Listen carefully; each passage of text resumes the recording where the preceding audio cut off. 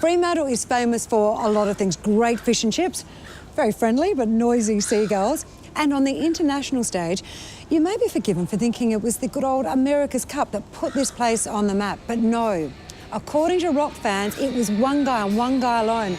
Bon Scott, immortalised in bronze down here at Freo's Fishing Boat Harbour. The microphone is one that Bon used. The Levi buttons on his jeans are real too. And as the ambassador for the Bon Scott fan club, Doug Thorncroft, tells us, that's not all. Is it true that he is anatomically correct in every way?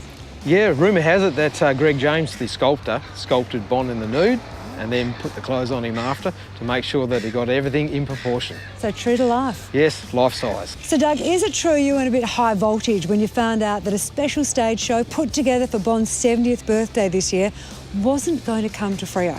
I went off like a pipe band and I just couldn't believe that they weren't coming to the hometown of the rock and roll legend Bon Scott, so I campaigned hard and we got the show over, and this weekend we've been lucky enough to have them here for Bon's 70th birthday, which went off like a Dutch band. It was brilliant. Any chance you could take us on a bit of a tour of Bon Scott's spiritual home? Yeah, it'd be my pleasure. Let's rock. Okay.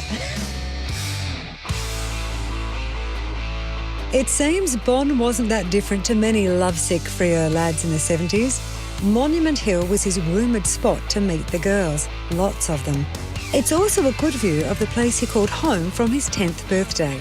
Now, I can see just behind your shoulder down there, we've got Freo Prison. Is it true that he spent some time there? Sort of.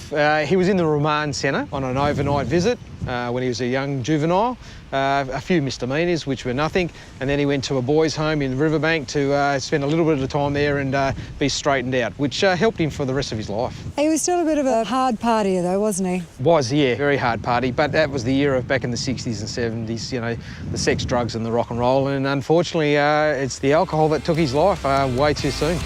He may have died in London in the back of a car, but his final resting place is back with his family in Freo. And we asked people out of respect for the Scott family that they don't film the grave anymore, and that's why we're not in there today. They have got this beautiful memorial entrance though. Yeah, it's very fitting, the Bon Scott memorial entrance, and that's the logo of the Bon Scott fan club, which is the Scottish flag in the background, the AC/DC lightning bolt and the 7-point Commonwealth star. So they're the three links to Australia, Scotland and AC/DC that Bon has.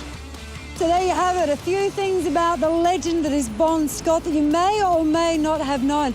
If you managed to get tickets to this weekend's performances at the Fly By Night Club and rocked it, we salute you.